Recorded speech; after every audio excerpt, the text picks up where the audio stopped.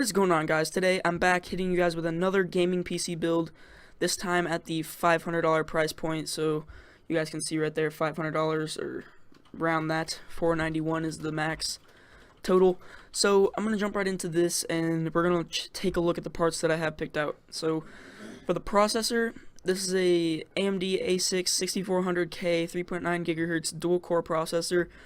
Now, since this is a $500 gaming build, you can't really get a really beefy processor, but the core clock on this is pretty high for a dual core, and it's not that bad of a processor, so, I mean, you can't really go wrong with it. It only uses 65, or wait, thermal design, never mind. I thought it only uses 65 watts, but it has integrated graphics, Radeon HD 8470D graphics, so you can run dual graphics mode with our graphics card, I think. I'm not sure how that works, but yeah.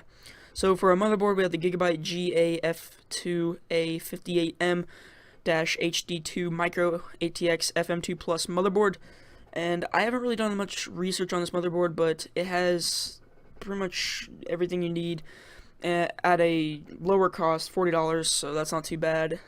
Max memory is 64 gig, supports RAID. Let's see. There's no SLI or Crossfire support, so that's not too good.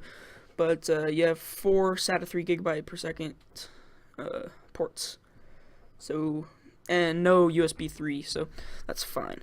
Moving on to RAM, I have the Crucial Ballistic Sport 8 gigabyte 2x4 gigabyte DIMMs, DDR3 1600 memory.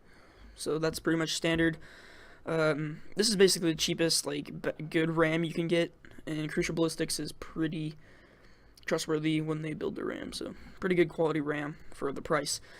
Storage, Western Digital Caviar Blue 1TB 3.5 inch 7200 RPM internal hard drive.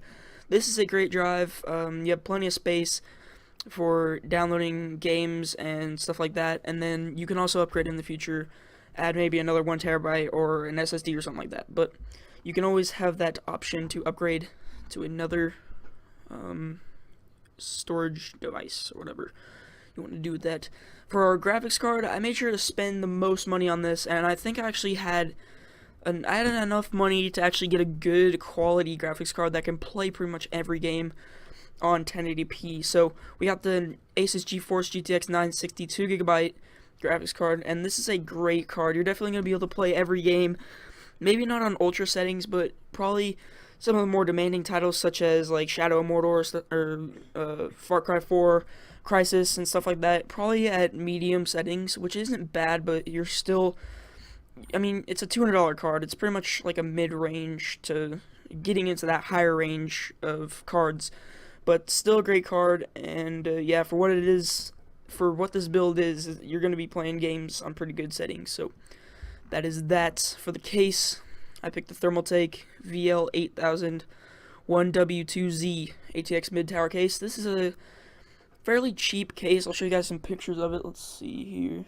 Yeah, this is a fairly cheap case, but it still does the job. Any case will do the job, and I don't think it looks too bad, honestly. It's kind of just plain, but it still looks okay, you know? So that's pretty much everything you need. I'll close out of that. It does not have USB 3, but our motherboard doesn't have USB 3, so that doesn't matter. 4 internal 3.5 inch bays, 4 5.25 inch bays, and external 3.5 inch bays 1. Does not include the power supply, black color, pretty much all the simple stuff.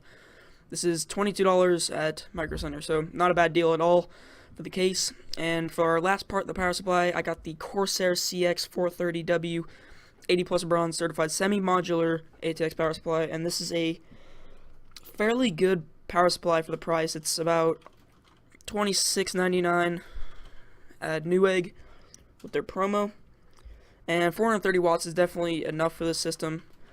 So yeah, 85% efficiency with the bronze, and semi-modular, which is good because our case does not have a lot of areas where you can mount, or not mount, but organize cables, I guess is what I'm trying to say. So that is our build. I'll go back to the screen, and yeah, about 274 watts total under load, so that 430 watt is definitely a good power supply for this build.